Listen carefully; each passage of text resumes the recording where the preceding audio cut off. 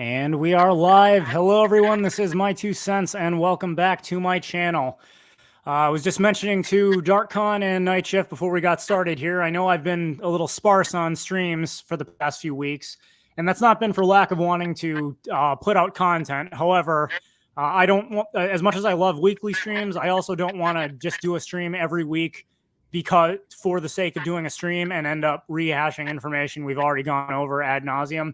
If I do have a stream, I want it to be about a topic that I'm particularly passionate about. And it can obviously take a while to come up with one of those.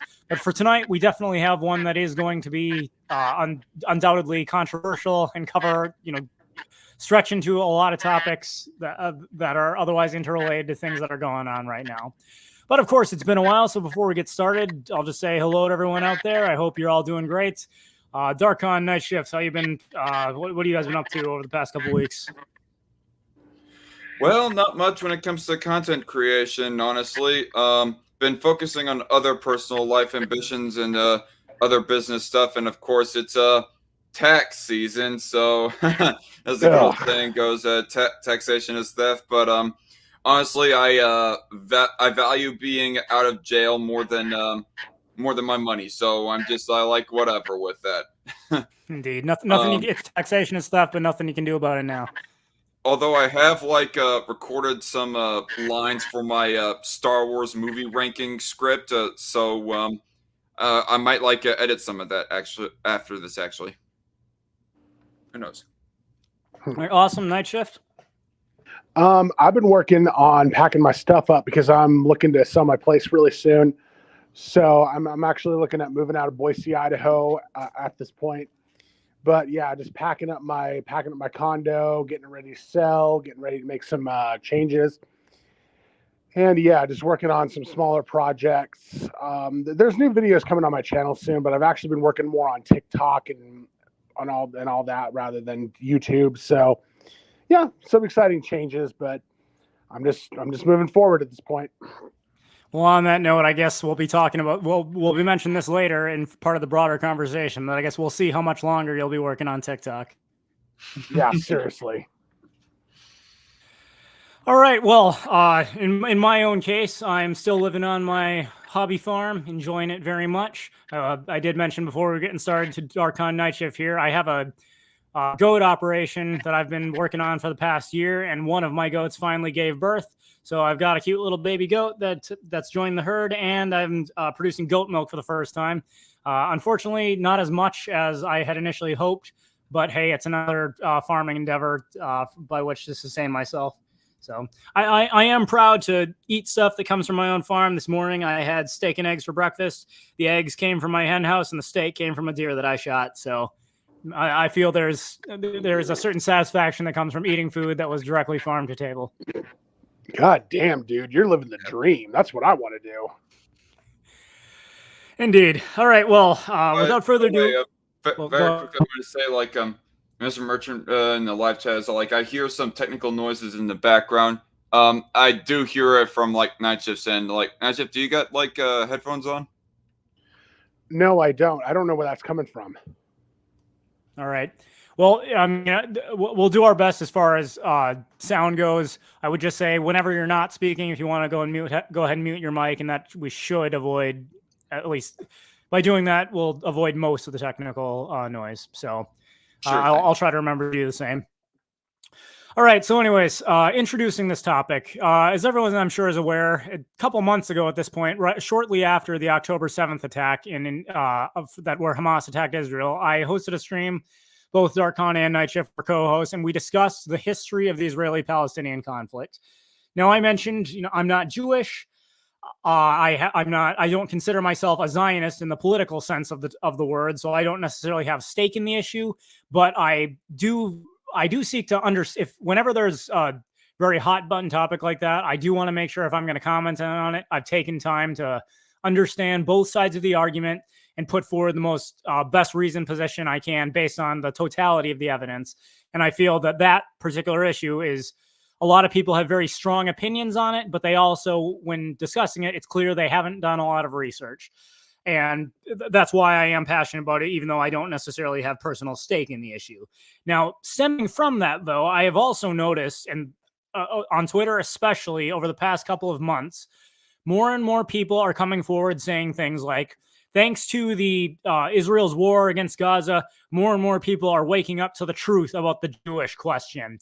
They're waking up to the truth that Jews control the, or, Zionists or Jews, they often use the term interchangeably.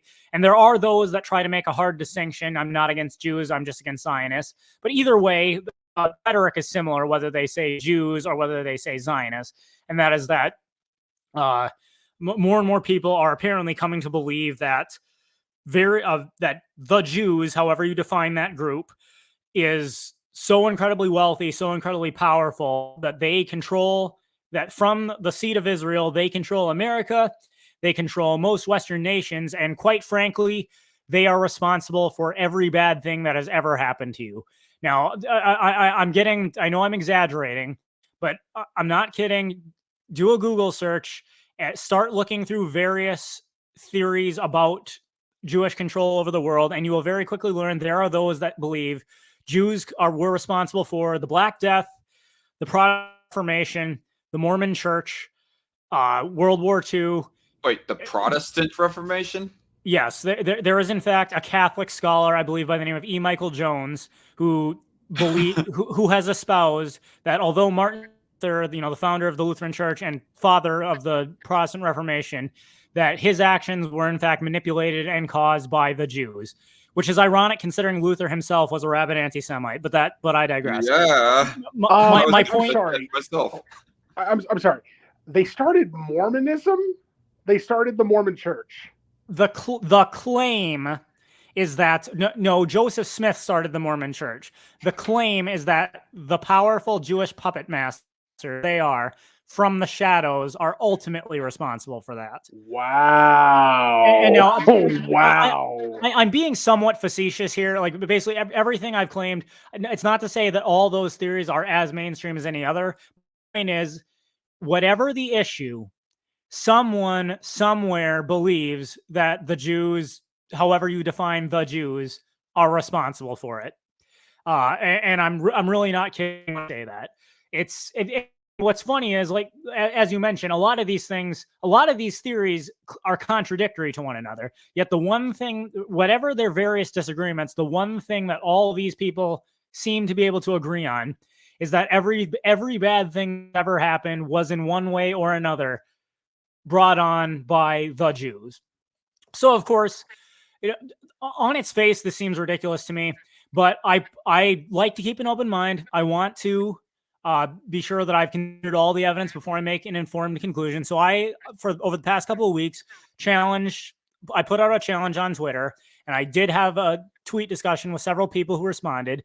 And that was that I said, if you believe that the Jews, how they define Jews, whether that's religiously, ethnically, or politically, however else, if you believe they are behind all or most of the evils in society, please post the sources that you studied that brought you to this conclusion, and I will take a look at it. And so I've begun doing that. Now, before I get too deep in, I do want to point out, in a discussion like this, every person has biases. Obviously, it can't be avoided. So best to acknowledge the biases you have. I will say, this is an issue that has some personal stake to me, in as much as growing up in my childhood, I did have a close friend who was Jewish. His family attended an Orthodox Jewish service. We initially met because we were attending the same martial arts studio. When he turned 13, I was invited to his bar mitzvah. I attended. I remember being welcomed by his family, his rabbi, everyone else. They knew that I was a Christian and obviously not Jewish. Nonetheless, they treated me with kindness and respect. I never had any reason to think that they were part of some secret conspiracy that was secretly trying to rule the world or destroy Christianity or whatever else the theory. And so in that regard, I in my childhood at least developed a positive view of Jews and Jewish families in virtue of my interactions with him. Now, obviously, the same cannot be. And if we're on that subject, to bring forth my own personal story. One of my childhood friends was actually a Jew as well, a Messianic Jew, not exactly an Orthodox Judaist, but still, they're of Jewish heritage, anyways. Mm-hmm. So, Well, I think, go ahead, Nigel. I just wanted to say on that note, I mean, if they're looking for at least conspiracy theories that have some legibility, aren't like the Rothschilds, the Rockefellers, and like the major bank owners, aren't they Jewish families? Aren't those families Jewish? The Rockefellers, I do not believe so. The Rothschilds, yes. And certainly we will discuss the I think the Rothschilds will come up at some point in this discussion. Yeah, but I just wanted to put that out there. I mean, if they're looking for good conspiracy theories about this topic, go for that and leave the dumb ass flat earth crap. I mean, it sounds like flat earth crap. Leave that behind and go for the stuff that actually might have some legibility. That's all I'm going to say about it. My God, started the Mormon church. I'm sorry. I just can't get that out of my mind. Please continue. Okay, exactly. Now, I think an important distinction needs to be made here because a lot of it's been said, he who distinguishes well teaches well.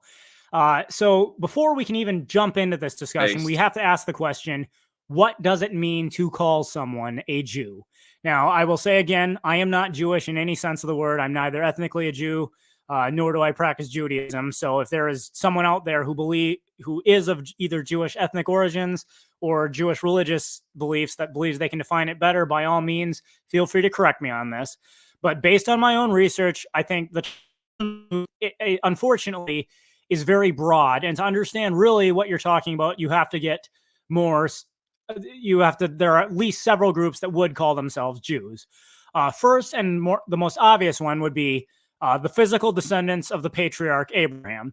No matter what view of no matter what religious viewpoint of Judaism you take, and certainly there are multiple sects of religious Judaism. You've got Orthodox Judaism, Hasidic Judaism, Reform Judaism, and just like Christianity, endless other sects that have developed out of those. You all of them would agree that the Jewish people, however you define them, find their origins in the patriarch Abraham, his son Isaac, son Jacob, later renamed Israel, 12 sons onward. And they would say that if you are physically descended from that ethnic line, they would call themselves Jew, and that would be the ethnic sense of the word Jew. However, there's also the faith of Abraham, and which I mentioned, and you have the various sects of Judaism that practice that. You have Orthodox Judaism, Reform Judaism, one other major school that I'm forgetting the name of, but also the Hasidic Jews, who are famous for the outfits they wear and the way they style their hair, are big in New York City. And they all have their own unique theological views, although they would agree that the Tanakh, the book that Christians call the Old Testament, is the scripture. They also utilize an additional text called the Talmud, which is extremely long and complicated. And of course, you have Messianic Jews, as Darkon noted. They would be Christian Jews who believe that Jesus was in fact the Messiah and see themselves as part of the Christian church, even though within Christianity there are numerous denominations as well. And certainly that would be a topic for the that would be a topic for a whole nother live stream we could. And then, of course, so you've got the ethnic sense of the term, you've got the religious sense of the term, but then you also have the political sense of the term, in as much as ever since 1948, the secular state of Israel has been central to what it means to be Jewish. And anyone, at least their goal is to be a haven for anyone who is either an ethnic Jew or a religious Jew. Although, interestingly enough, if you are a Messianic Jew, an ethnic Jew who believes Jesus is the Messiah, it's my understanding you are not automatically allowed immigration to Israel, which is an interesting point. But I bring all that up to say that to just nebulously refer to the Jews, as soon as you do any research, you can very clearly see that Jew is not a monolithic term. There are a lot of different ethnic, religious, and political viewpoints that would encompass the larger umbrella of what it means to be Jew or a Jew. So to say the Jews are responsible for this or the Jews are responsible for that is by its very nature imprecise. And when you're working with that kind of imprecision, you're bound to get a lot of stuff wrong. So for that matter, however you define Jew, Jews are not monolithic. I know the friend that I mentioned who was in an Orthodox Jewish home, his family was extremely conservative, had very similar values to mine coming from a Christian conservative family, and they voted Republican. On the other hand, it's pretty well established that secular Jews in America, Jews that are ethnically Jewish but do not practice Orthodox Judaism or take their Judaism seriously, are very notoriously democratic and very liberal in their political views. So yeah, people like are we going to start assuming that people like George Soros are in agreement with people like Ben Shapiro as far as politics go? Oh, you know, but no, controlled opposition claims, which are pretty like frivolous in my opinion. Yeah, I guess. Wow. Yeah, I would agree. But like, say what you will about George Soros, anyone who has studied the Old Testament or any schools of Judaism can very clearly see George Soros, for his ethnic Jewish heritage, he clearly does not practice Judaism. And yes, say what you will about Ben Shapiro, he is a practicing Orthodox Jew. Very clearly, his views are in sharp contrast to George Soros. And like you said, Darkon, they'll often say a very popular claim on the internet right now is that Ben is, of course, controlled opposition. He is actually in league with these left-wing Jewish organizations like George Soros, like the Anti-Defamation League, and merely providing controlled opposition. So here, this does bring me to the first point I would like to address, which is the nature of unfalsifiable assertions. Now, before we get in, I'm going to tell you a fictional story. Just to be clear, YouTube censors who may be watching this, I do not believe anything I'm about to say. I am telling this story only to make a point. I just want to add something really quick. If I may. It does not surprise me that George Soros is not practicing Judaism.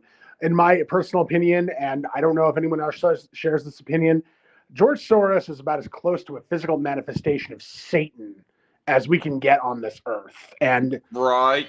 Have you seen pictures of the guy's face? Oh, yeah. Oh, absolutely. No.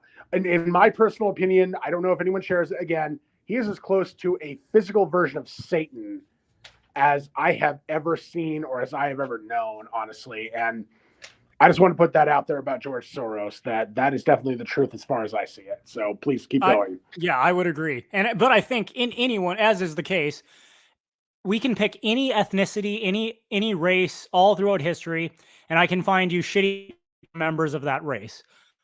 It seems to me in virtually no other case do people automatically assume that every member of that race must be fundamentally evil because of what that one guy did. But somehow there's a caveat when it comes to ethnic Jews. For some reason, if we can point to the Rothschilds, if we can point to George Soros, somehow this proves that every person who is ethnically a Jew must be part of their grand conspiracy.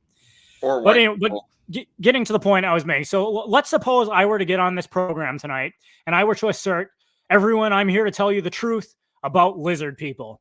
What you need to know is that in the early 1960s, when John F. Kennedy ascended to the White House, a race of aliens called lizard people invaded the United States. They stole John F. Kennedy's body, and one by one, they inserted themselves into the highest powers of government. Now, the reason that Lee Harvey Oswald really assassinated JFK is because he knew he was a lizard person, and he was trying to prevent lizard people from controlling the United States. But despite his successful killing of John F. Kennedy, Secretary of State Henry Kissinger, the notorious politician, put together a secret police that went through the scoured the earth and destroyed all the evidence that lizard people had ever come to power. And to this day, the head of every major government in the world is in fact a lizard person. And every bad thing that has ever happened to you was at some point orchestrated by the Council of Lizard People, who secretly rule the earth. You know, and just like that, a new conspiracy theory is born. And just like that, a new conspiracy theory is born. However, you know, I want to add about the whole JFK assassination thing. It's weird that you say that because I've been hearing generally the opposite, like conspiracies, that Lee Harvey Oswald was actually a CIA agent that was assassinating JFK because JFK was actually anti-Illuminati, not pro-Illuminati. Oh, that goes back. That goes back a long ways. That belief actually goes back like almost to the beginnings, almost to when it happened. So, but now they're like two competing Illuminati conspiracy theories about yeah, totally. JFK and his assassination? Oh, Like one that says that Lee Harvey don't put it Oswald beyond was. Don't put it beyond him to do that. Absolutely, there are two competing conspiracy theories. There might even be more than that. Apparently, there's one group of people that believe that Lee Harvey Oswald was the anti-Illuminati, whereas JFK was the pro-Illuminati. And then there's like another one, the one that I've heard of more of, that Lee Harvey Oswald is the pro-Illuminati and JFK is the anti-Illuminati. Oh yeah, yeah. No, yeah. There's probably even more than that out there. It's just God. They just get bogged down, and you don't know what to believe. Exactly, or if which brings me to to believable.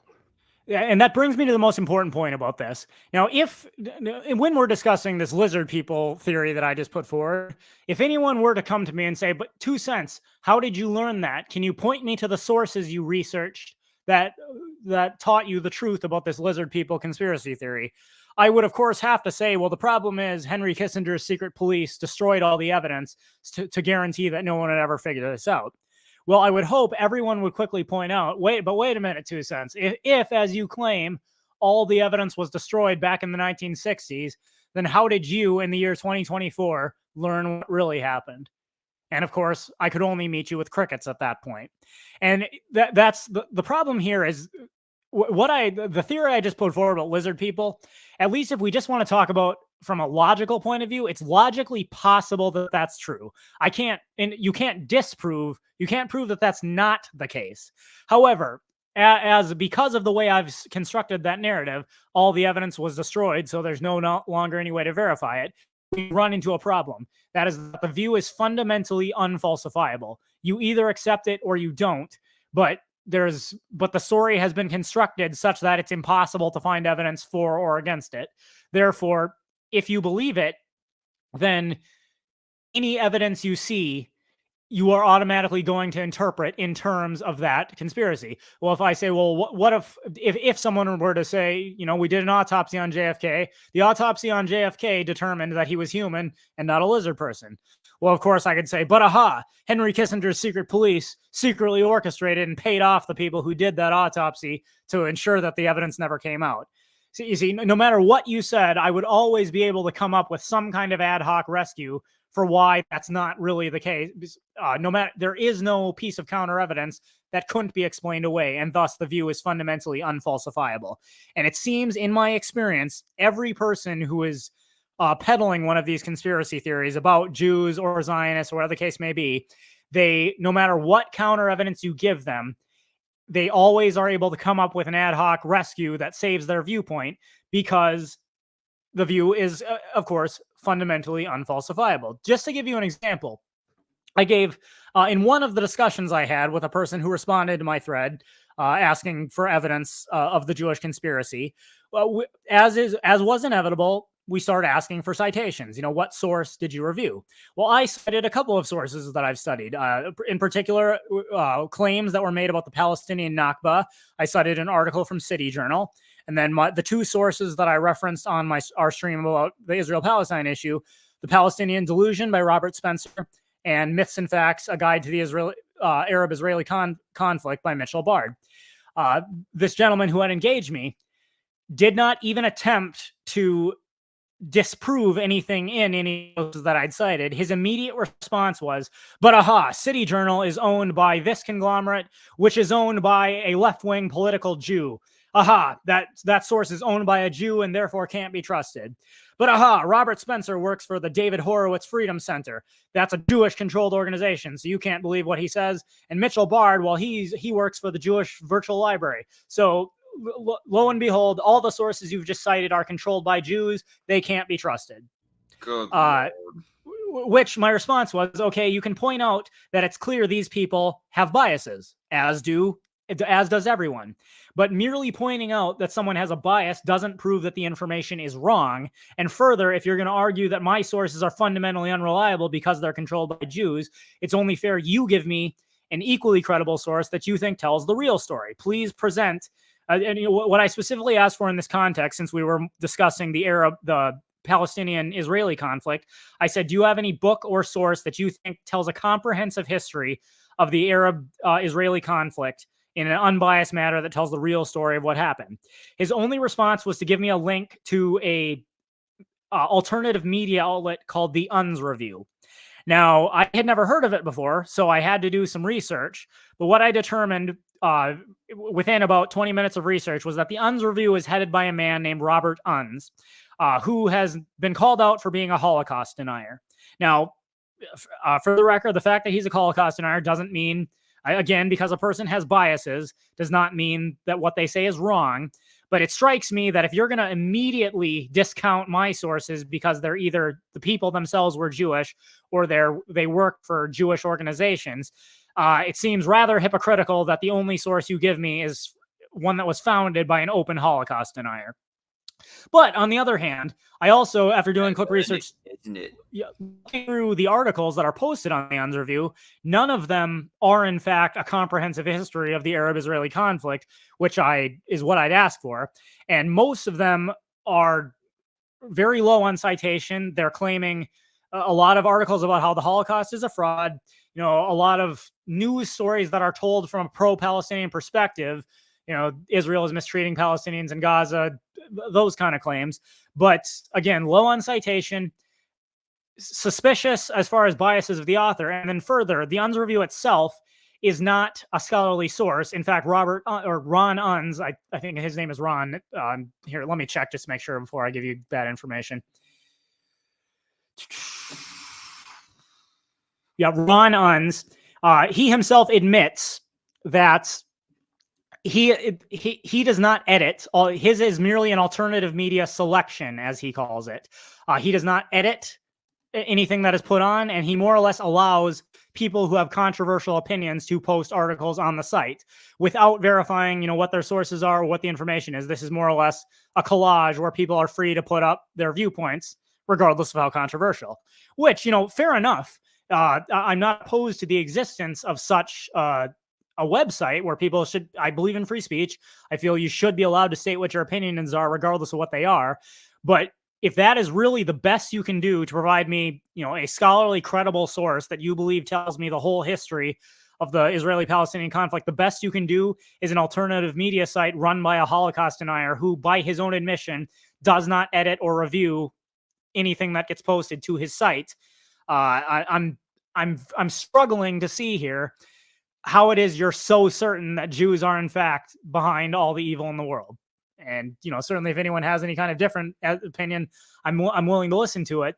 But again, the main question is, if it's really true that Jews are so powerful that they were able to destroy all the evidence of their wrongdoing, then how is it that you, the believer of this conspiracy, actually came to learn the truth about what really happened?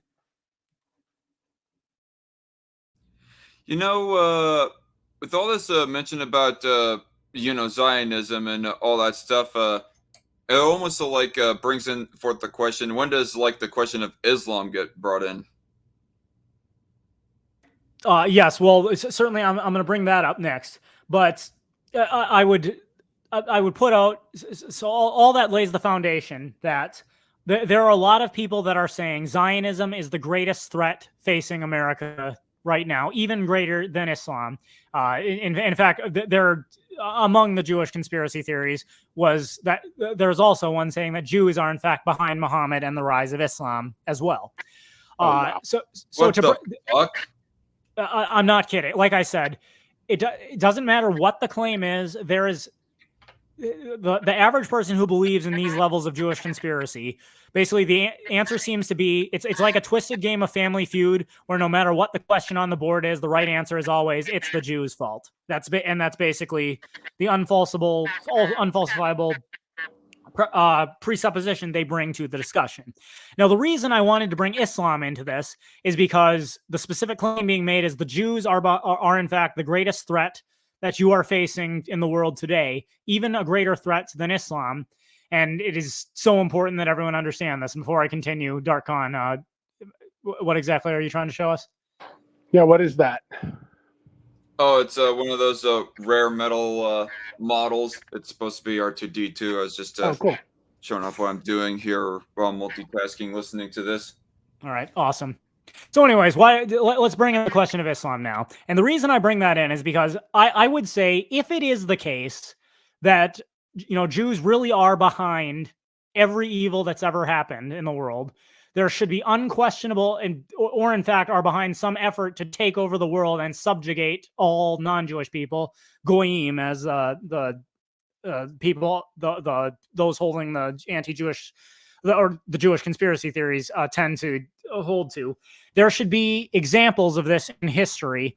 Well, I mean, can we point to any historical examples where Jews rose up and created an empire where they sought to control the entire world?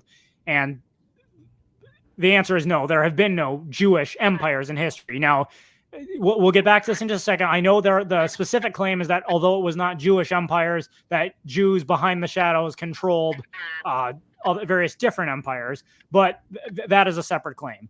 On the other hand, the question was, what is the threat of Islam? Well, much in the same way, if you want to study Jewish conspiracy theories, if you want to study the history of Judaism or Jews, to study Islam, you have to study the history of Islam, which of course brings us to the figure Muhammad and the subsequent centuries of Islamic empire. Now, I want to be clear here. I am fully aware that there are different sects of Islam, just like there's different sects of Christianity, different sects of Judaism. I would not be so foolish as to say every Muslim everywhere holds the exact same theological views. Not all Muslims are terrorists.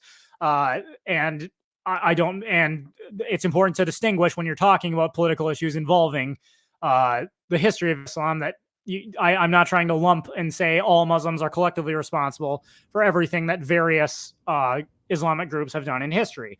However, much as I would say, if I may bring an example, that one of the earliest examples I've known of is a guy named Zuhdi Jasser, who I guess was a Fox News contributor back during the Obama days or something like that.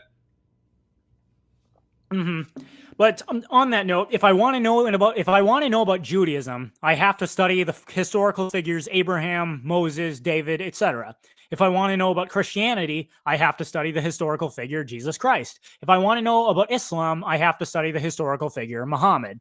And what is unquestionable is that Muhammad was a military leader who led multiple military campaigns in which he conquered territory by force. He subjugated or enslaved, although he either killed or subjugated all non-Muslims, including taking their wives and women as sex slaves. And for centuries following his rise, we have actual examples of Islamic empires, perhaps the Ottoman Empire being one of the most notable and recent in history, but numerous others, which stated in no uncertain terms that they believed in fulfilling Muhammad's vision, which was to bring the entire world under rule of an Islamic caliphate, where everyone is either forced to convert to Islam and subjugate themselves to the Islamic government, or the people of the book, in this case Jews and Christians, are allowed to continue practicing their faith in private, provided they pay a special tax to the state called the jizya. However, they must acknowledge their inferior status to Muslims and acknowledge there must be is all-powerful Islamic government that rules over all. I just gotta point out the jizya is a very vulnerable name for some very jank jokes. Indeed. So now, here's the thing. Again, I want to be careful. I cannot possibly say all Muslims believe that the entire world should be brought under control by force. There are some Muslims that believe that the proper way to spread Islam is to do it diplomatically. But if you study the history of Islam, if you study its text, the Quran, the Hadith, which are the oral traditions about the history of Muhammad, and the Sunnah, the example of the Prophet, what is unquestionably true is that Islam is a totalitarian religion. I've said before, I firmly believe you cannot be a libertarian Muslim because Islam requires an Islamic government, and it requires the subjugation of non-Muslims, whether that means primarily idolaters get killed, and people of the book, Christians or Jews, although they can be allowed to practice their religion privately, they must acknowledge their inferior status to Muslims and pay a special tax to the Islamic State. Ironically enough, one of the known terrorist groups of the world today calls itself the Islamic State. Now, I compare those two ideologies, Zionism, which, and an important distinction here, I guess I should have said that before. When I say Zionism, what I mean is the political view that Jews, ethnic or religious, should live in the land of Israel. I do, and that within that belief, you've got lots of different political groups that call themselves Zionists that have much broader agendas as well. But Zionism, strictly speaking, means the belief that Jews should live in the land of Israel. Again, seeing as I am not Jewish, I have no stake in that matter. I think if you're Jewish, you should be allowed to choose wherever you want to live. But if you want to live but I certainly understand why Jews want to live there. And certainly given the history of Jewish persecution in other countries, I can't really blame them for wanting to have their own country. The question then is, which of these is actually a threat? The viewpoint that, historically speaking, I have no examples of actual Jewish empires that rose up and sought to enslave all non-Jews, make them serve Jews in some legal sense, or the religious viewpoint that we actually have not just one, but multiple historical examples of actual Islamic empires that rose up and used violence to subjugate all non-Muslims. And to this day, we have armed terrorist organizations and even states like Iran that are fully open about their intent to bring that exact same cause on the world today. So I put the question out there. Comparing the two, which do you really think is a greater threat to liberty? I think that if people were to take the most extreme interpretation of Islam, that would be the greater threat to liberty. I mean, maybe Arabs could argue that there is a possibility for a reformation in the same way that Christianity went through a reformation. Although I could possibly be argued that Catholicism back in those days did not even inherently command that everybody should be forced by the sword to obey Christianity, to be a Catholic more specifically. But it's just that the Catholics, they went above and beyond what was actually commanded by God. But regardless, yeah, that's my thought on Islam. Judaism, I do not know specifically about Zionism, but if I was to understand Judaism according to what basically the Old Testament is, basically just being a the Bible, but only excluding the New Testament. It's that it would be like a threat to liberty within its own citizens, if anything else. It's not like a Judaism inherently requires that you go out and conquer all the nations around you. Maybe there's an inherent requirement that, hey, you were promised this promised land, so therefore conquer if you have to preserve that specific land for your own selves. Maybe, but any lands outside of that, not really. And as far as its own citizens go, not being allowed to blaspheme the name of God, or else be stoned. Adultery is pretty much a death penalty as well. Punishments for actually, I do not know what exact punishments there might be for eating shellfish, or mixing different fabrics of clothing, or anything else like that. I can only imagine that there is some kind of what am I trying to say? De facto government punishment for those things as well. But yeah, all those are spelled out in the Mosaic Law. Yeah. Yeah, if somebody was to take the most extreme and most literal interpretation of both of these two religions, I think that both of them could be, but I would argue that Islam is a greater threat because of it being requiring that you conquer your neighbors, whereas Judaism, I know that the question is Zionism, but I don't know. I don't even know if Zionism specifically says that you should go out and conquer your neighbors, more than it's supposed to be a preservation of the Jewish state, that being Israel, in the same way that Judaism kind of promises within the original promise to Moses and his people. It hasn't. There isn't really any mention of that, at least in Judaism or even Christianity, to be totally honest. I would say Islam is definitely the greater threat, just how it is now and how it was written, how it was laid down. I would have to lay down that whether over Zionism or Islam is definitely the greater threat of the two. All right. Now I gotta ask, what was he trying to say that there wasn't a command that you conquer your neighbors, or there wasn't a command that you conquer your neighbors, nor is there a promise that you are promised a land, according to Judaism? I would say there wasn't. Now the Jews did do this. The Jews did kind of conquer people as they went into the Holy Land, as it's described in the Old Testament, if you believe that. But that wasn't really a promise that was made to them, and nor was it a promise that they should conquer their neighbors. They were only promised the Holy Land and nothing else. So ultimately, no, there is no promise like that. It's basically just that the land of Israel and the land of Judea will be yours until the end of time.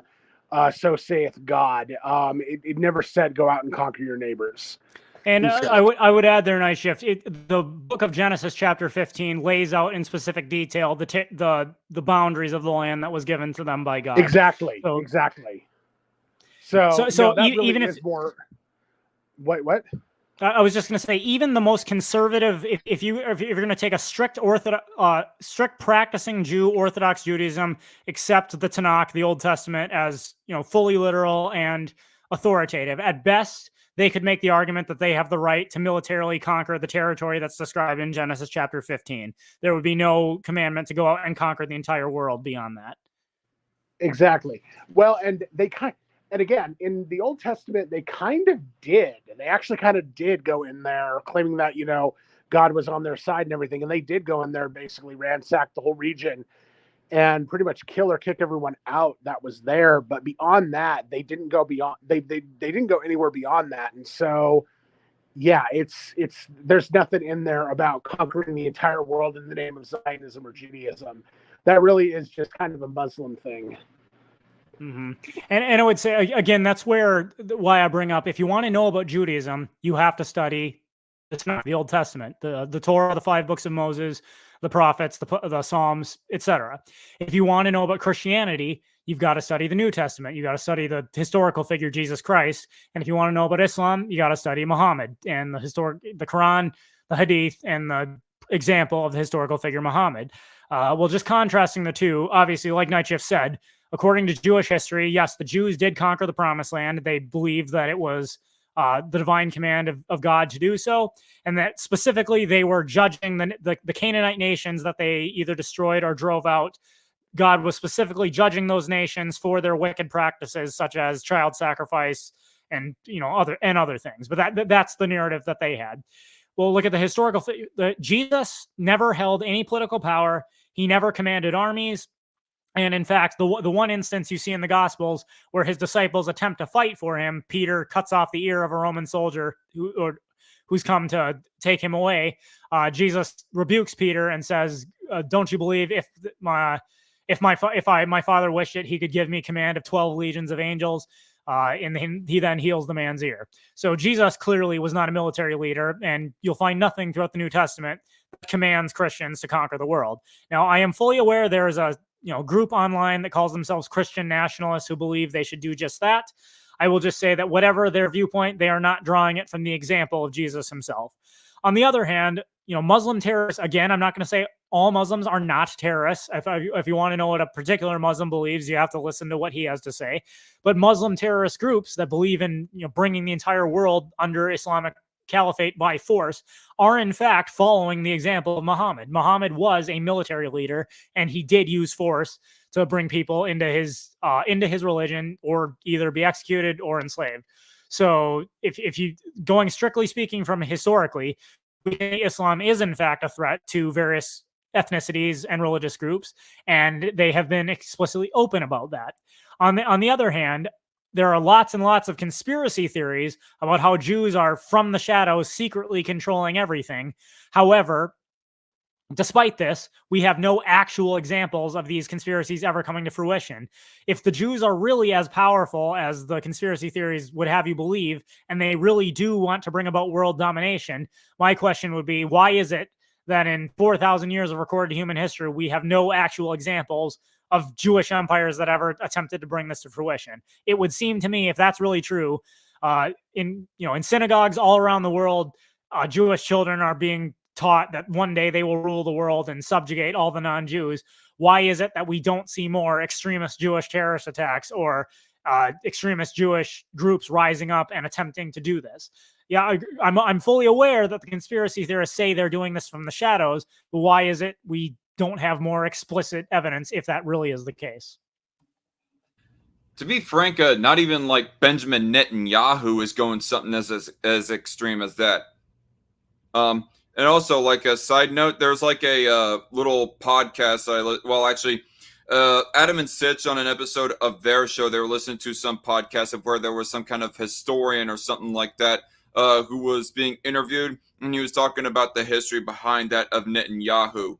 And might I say, my evolving opinion on the whole subject of when it comes to Israel specifically has been, I guess, slightly more jaded. Like, ultimately, I do think that they are right to retaliate against Hamas and all that. But Bibi Netanyahu does seem to be a bit of a crooked guy. Like, ultimately, maybe, yeah, his intent is shady, that the real reason why he wants to fight off Hamas and all these other evils is so that he could remain in power for longer, because that's his one-way ticket to remain out of jail, as at least that was per according to the particular podcast anyways.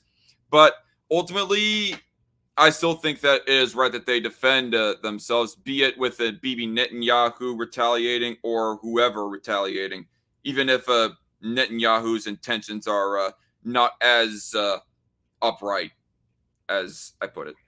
On that note, I do want to bring something up that Israel is very much like the U.S. Israel's government. Their government is very much like the U.S. government, because Israel's government created Hamas, just like the American government created Al Qaeda. They created ISIS, and there seems to be this periodic thing that goes on in the United States, where the U.S. government almost kind of creates their future threats.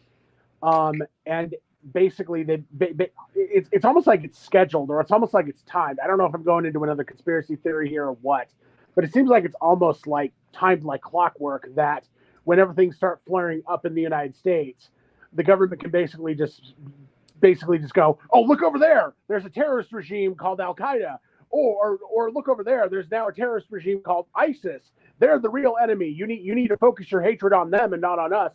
Unfortunately, the Israeli government seems to be doing the same thing, because they seem to have created Hamas in a very similar fashion as that, to be able to say, well, wait a minute, you're pissed off at us? Well, look over there. Hamas is doing all these horrible things to you and to us, and they're a major threat now, and you need to focus your attention off of us and on them. So I will say this. Are you sure that they've created Hamas, or that they funded Hamas once they became a violent organization? Because I believe you will have to correct me if I'm wrong, but I do believe they actually were vital in its creation, in the creation of Hamas. If I could step in, Night Shift, I do have detailed information. I do have a detailed knowledge of this. Okay, so I think to say that they created Hamas goes too far, and I think although I think you are right to compare it to the U.S. and Al Qaeda, I also think it goes too far to say the U.S. created Al Qaeda. What I think both examples show is that government intelligence agencies give money to people they know are bad people because they believe it serves their end at a certain time, and then somewhere down the road it absolutely blows up in their face. That's where I was going. That's where I was going. Case in point. Although I would adapt that to say it doesn't really blow up in their faces. I would almost dare to say it's actually kind of planned that they do that, just so they can throw the attention off of themselves when things start getting a little hairy on them, and they can basically just say, well, look over there, there's a bad threat to us. So don't focus your hatred on us. Focus your hatred on them. Yeah, I would say that I would almost dare to say, even though it might sound a little conspiracy theoristy, that it doesn't blow up in their faces, that it is more or less planned, so that they can take the attention off of themselves when the hate rises a little too much, and they can put it on these guys that they helped to create. All right. That's definitely one way you can look at it. I'm just quickly going to say, I'm going to step aside. I'm not going to make any interpretation of what people's intentions were or were not, because ultimately we can never know for sure what they were thinking when they did it. Here are the facts regarding the U.S. involvement in Al Qaeda. In 1979, specifically the Soviet Union had invaded Afghanistan, and there were the Islamic fighters in Afghanistan that were fighting back against the Soviets were called the Mujahideen. Now, obviously, the Cold War was still going strong at that point. The U.S. had a vested interest in the Soviet Union losing that war, and they had a vested interest in degrading the military of the Soviet Union, because doing so would possibly put the U.S. on the fast track to winning the Cold War. As an effort to defeat the Soviet and degrade the Soviet military, we gave weapons and money to Osama bin Laden, who at the time was a key figure in the Mujahideen. And in doing so, they fought back against the Soviets, and ultimately the Soviets did lose that war. It became known as Russia's Vietnam. However, Osama bin Laden so graciously, after having accepted our money and our weapons, then turned around and founded Al-Qaeda, and later came back to attack the United States in 9/11. Now, was it the United States' plan for that to happen later on? I don't know. What I can say for sure is that whatever the true intentions of the intelligence personnel that brought that about, clearly they gave money to the Mujahideen for the intent, at least in part, for the intention of destroying the Soviet Union. And then they turned around and attacked the United States. So the U.S. had one intention, and it blew up in their face. Maybe it was planned, maybe it wasn't. But either way, that was the result of the U.S. funding the Mujahideen. Now, much in a similar vein, Hamas was originally founded in 1978 as a charitable organization, although they were an offshoot of the Muslim Brotherhood. That's kind of what I was about to mention, was that in my listening of Destiny's live streams, which that seems to be my biggest source for any kind of Israel information as of recently, because honestly, reading is kind of tedious for me. I've been focused on other things as I've started out as a charitable organization who would only eventually become violent. And what's key there is, at the time, the Palestinian Liberation Organization, the organization that now represents the Palestinian Authority, that's the Palestinian class in the West Bank. Make no mistake, they are an armed. They're often called the moderate group. Historically speaking, they are a terrorist organization. They launched numerous terrorist attacks against Israel. They have a notorious pay-to-slay program in which they provide pensions to the families of terrorists that attacked and killed Israeli civilians for the rest of their life. Israel was in a full-on war with the Palestinian Liberation Organization around the time Hamas was founded. Now, what is true is that Israel funneled money to Hamas in part to infiltrate the organization, but also because they thought if Hamas grew in influence, it would weaken the Palestinian Liberation's control over the Palestinian people. And they were correct. Hamas grew immensely popular. However, in 1987, Hamas then turned around and became a full-blown terrorist organization. They published their notorious covenant, in which they cite Islamic documents about which state their goal to destroy the Jewish people. And they've since ever since Israel pulled out of Gaza and gave Hamas control of Gaza Strip, they turned it into a full-on terrorist base through which they've launched numerous attacks against Israel. So we have yet again an example where the government of Israel gave money to an organization with the intent of weakening another organization they were fighting, namely the Palestinian Liberation Organization, only for that group, Hamas, to turn around and become their future enemies. So, I mean, Night Shift, you may well be correct. Maybe they planned it to use them for political purposes. Either way, what's clear is that when government gives money to armed terrorist groups in order to defeat other armed terrorist groups, it tends to blow up in their face later on. Exactly. Yeah. All right. Well, I said part one because I do believe this is such a broad topic. There definitely is more that can be discussed, and I'm already thinking of what more can be said. But since we're getting close to the end of the hour, I do want to finish with a particular point here. I'm using this as an example, but I bring it up to say that, again, I think I do not believe all Muslims are violent, but I think an honest examination of Islamic theology, particularly the historical figure Muhammad and the actual historical Islamic empires like the Ottoman Empire, prove that as an ideology, Islam is very much about conquering the world, subjugating non-Muslims, or either killing or subjugating non-Muslims, and any hopes for a libertarian free society are wholly incompatible with an Islamic worldview. On the other hand, Judaism and Jews are a very broad, disparate group that has differing views on a lot of different things. Certainly, there are a lot of people that are Jewish that hold various positions within academia, within government. And I think in the next stream I want to do on this topic, we'll talk about, I do want to get into like the Rothschilds, Jewish members of Congress, dual citizenship, that kind of thing. But we're running low on time, so we're going to save that for a different stream. But I do want to point out that, yet again, if someone is convinced that Jews or Zionists, or however you define them, are fundamentally in control of everything, they're fundamentally behind everything that happens, it gets to a point where there is literally nothing that can convince you otherwise. And I think this is shown proof positive by this particular example. There is a pastor by the name of Rick Wiles who is, he's been called an anti-Semite. He claims he's not. I think, based on what he said, he absolutely is. But back during the presidency of Donald Trump, he was called out by an evangelical commentator, a Messianic Jew commentator by the name of Michael Brown, who pointed out that Rick Wiles, a couple months before only a few months before Trump was impeached by the Democrats, Rick Wiles stated, Donald Trump has been compromised by Zionists. Donald Trump is controlled by Zionists, and he is a Zionist asset. He's not to be trusted. Literally several months later, as Democrats are now trying to impeach Donald Trump, Rick Wiles called it a Jew coup. Jews are rising up, and Jews are responsible for trying to impeach Donald Trump. Well, I hope everyone can see the problem here. And as Michael Brown rightly called him out, he said, wait a minute, I thought you just told us several months ago that Donald Trump is bought and paid for, controlled by the Jews. Now you're claiming that the Jews are behind the effort to impeach him? I mean, this doesn't jive. Clearly, those two theories are in conflict. Well, I'm going to show you what Rick Wiles responded to Michael Brown, and his response is extremely telling.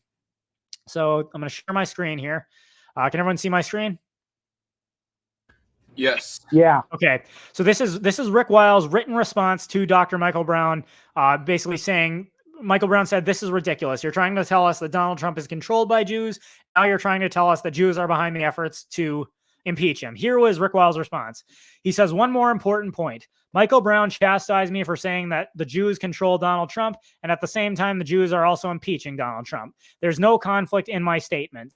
By far, Donald Trump is the most pro-Zionist U.S. president in history. He has a long history of being Jewish-friendly, including his relationship with the notorious Roy Cohn. Mr. Trump's daughter, Ivanka, renounced Christianity and converted to Judaism. She changed her name to Yael. Ivanka's Hebrew name is linked to Heber's wife in the Bible. Heber's wife in the Bible. She hammered a wooden tent peg into her husband's temple while he was asleep. I would choose another name. Yael and Jared Kushner belong to the Chabad Lubavitch, a powerful network of Jewish centers that practice Kabbalah, which is Jewish mysticism. Ivanka's conversion to Judaism was blessed. Okay, I'm going to skip a part. There's too much here. But basically, he says Jared and Kushner and Ivanka Trump are religious Jews. So he then says this, yes, Trump is pro-Zionist and strongly influenced by a network of influential Jews around him. Mr. Trump, however, is aligned with religious Zionist Jews. He is opposed by secular political Jews. From the earliest days of Zionism, there has always been two factions fighting for control of world Zionism, political Zionists and religious Zionists. President Trump is aligned with religious Zionists. George Soros, Adam Schiff, and the rest of the impeachment Trump crowd belong to secular political Zionists. We are witnessing an internal war between two powerful Jewish factions for control of world Zionism. So basically, I read that and I say, okay, wait. So his explanation is, yes, Donald Trump is controlled by Jews, but yes, Donald Trump's impeachment is being caused by Jews. And the answer is religious Jews and secular Jews are at war with each other for control of world Zionism. And this, I don't see how he doesn't see this. But even if it is the case that there are two different factions and they're both Jewish in some sense of the term, it can't be the case that Jews control the world and control everything if Jews themselves are divided into at least two different groups who are themselves fighting each other for control of the world. A house divided can never stand. That's literally a Jewish proverb right there. Well, a house divided, exactly. A house divided against itself cannot stand. And Jesus himself cited that when the Pharisees accused him of casting out demons in the name of Beelzebub. So it just goes to show in my mind, if you start from the presupposition Jews are fundamentally evil and they are behind every bad thing that has ever happened to anyone, then obviously every piece of evidence you see, you're going to interpret through that lens. If, for example, I present you, like Darkon mentioned, you've got George Soros, Adam Schiff over here. These are secular Jews who are politically leftist. And you've got Ben Shapiro over here, who's an Orthodox Jew and politically on the right. Well, obviously, not all Jews agree with one another. But of course, the Jewish conspiracy theorist views that through the lens, Jews control the world. So he's forced to either conclude that it's controlled opposition, or, as Rick Wiles said here, that two different Jewish factions are fighting each other for control of the world. Basically, no matter what evidence you present to them, they will always reinterpret that evidence through the lens of their Jewish conspiracy theory. Or, the conversation I had, I give you actual sources that debunk what you're saying, and instead of showing that the information in those sources are wrong, you simply say, those sources are controlled by Jews, Jews can't be trusted, therefore I can just dismiss them. It's basically, you can't have a reasoned argument with somebody who takes this position. Yep, as you said earlier, unfalsifiable statements. Yep. And just continues to make me think as to that I cannot see as to why that somebody would so vehemently believe in this shit. Mm-hmm. All right, and before we end it, I would just say, for all those in the comments section who may well appear in the comments section and say that I am myself a Mossad agent and controlled by Jews by putting out this podcast, you're only proving my point. Oh my goodness. Perhaps it's fitting. We're at the hour mark, so we're about to get done. But I'm going to end with one more analogy here. So Dr. Michael Brown, who is he's a Messianic Jew, ethnically a Jew, but believes in Jesus. He wrote a book called Christian Anti-Semitism, which I read recently as part of the research I've been doing about this. He says his father, who interestingly enough was not a Christian, but he told a story, which he recounts in his book. So I'm crediting him to Michael Brown's father, who I don't know if he came up with this or somebody told it to him, but he basically described Jewish conspiracy theorists like this. He said, there's a man a convicted sex criminal who is brought in to be seen by a doctor, and the doctor shows him a picture, a straight line, just a black line, and he says, "What do you see?" And the man says, "A penis."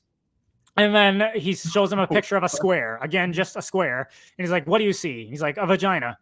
And, he shows him a picture of a circle and a triangle and all these other just nondescript shapes. And every shape he's shown, the guy says something vulgar or about sex. And the doctor, when he's done showing him all these pictures, says, "Well, sir, I have to say you have a very dirty mind." And the guy says, "Well, it's you who's showing me all the dirty pictures." Yeah.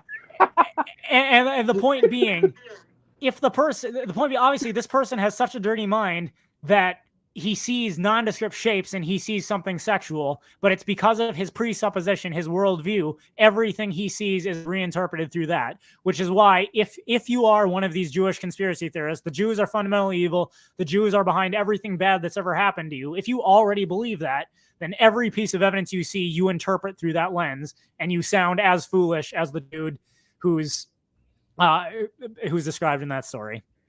Also, I just want to answer one of JC Armitage's questions. I would say that the religious Jews are the Illuminati, and the secular Jews are Majestic 12, because, as we remember from that game, Majestic 12 was an offshoot of the Illuminati.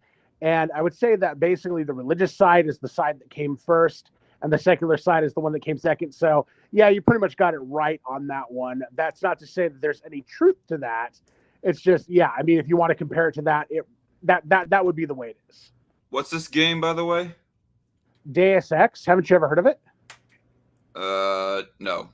Oh my God, Darkon. Deus Ex. There's a whole series of these games.